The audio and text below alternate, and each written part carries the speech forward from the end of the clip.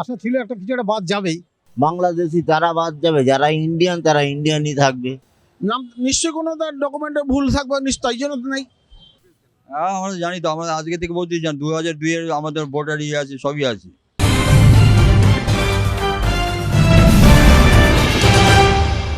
মঙ্গলবার দুপুর 12টায় যে খসড়া তালিকা প্রকাশের কথা বলেছিল নির্বাচন কমিশন, সেটা ইতিমধ্যেই কিন্তু প্রকাশ করেছে নির্বাচন কমিশন।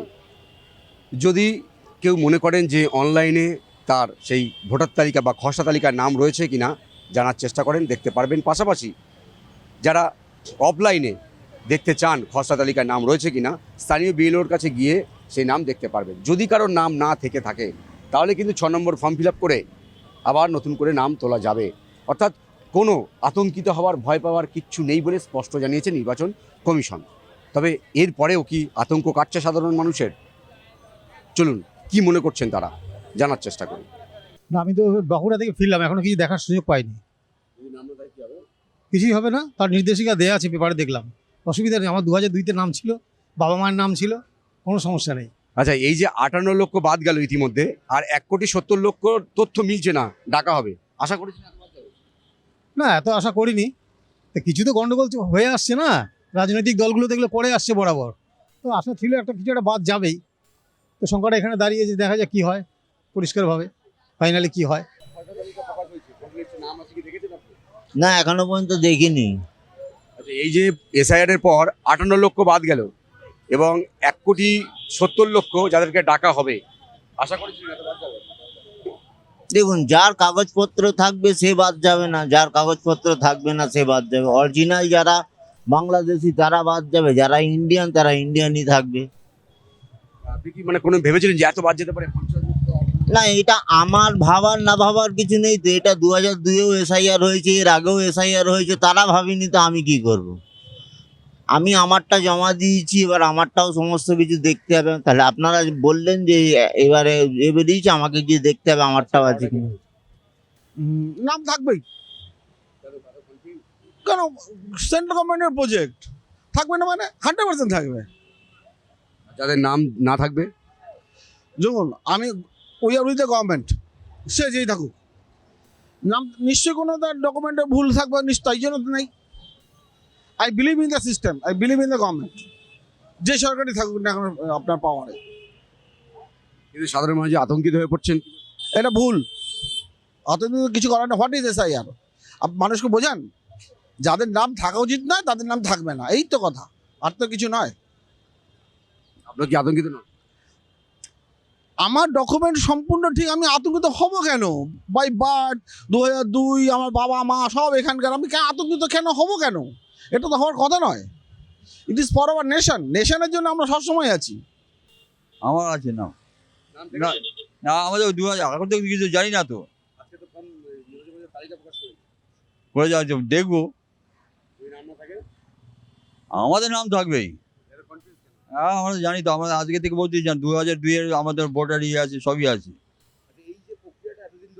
হ্যাঁ হ্যাঁ, না না, এই তো মানে ঝামেলা কাজ, আমাদের কাজের 12টা বাজিয়েছি। না করছি না, করছি না, আমার জিনিসটা ভালো, কিন্তু এই যে এরকম সিস্টেমটা সময় দেওয়া উচিত ছিল, নানা রকম ব্যাপার ছিল। এই যে করছে, এই জিনিসটা ভালো করছে। না না না, দেখিনি স্যার। নাম তো থাকতেই হবে, আমরা স্থানীয় এখানে। হ্যাঁ হ্যাঁ, ঠিকঠাক তো মনে হচ্ছে, ঠিকঠাকই মনে লাগছে।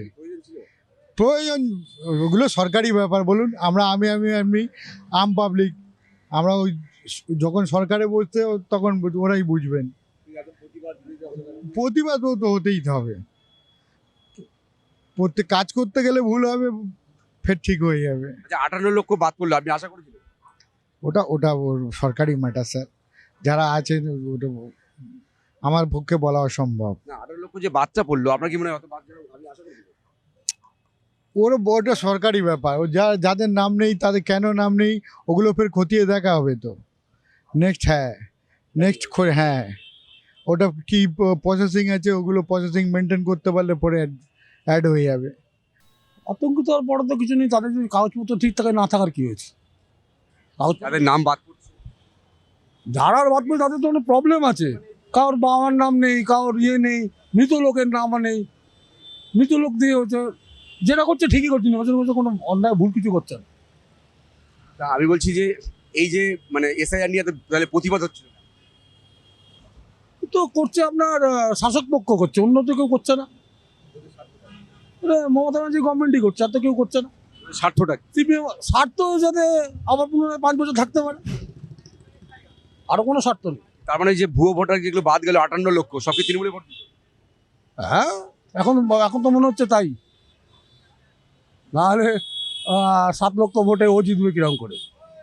আপনার কি নাম জানো? ভাইপো কি করে জিতবে? ইতিমধ্যে 58 লক্ষ ভোটার বাদ পড়েছে।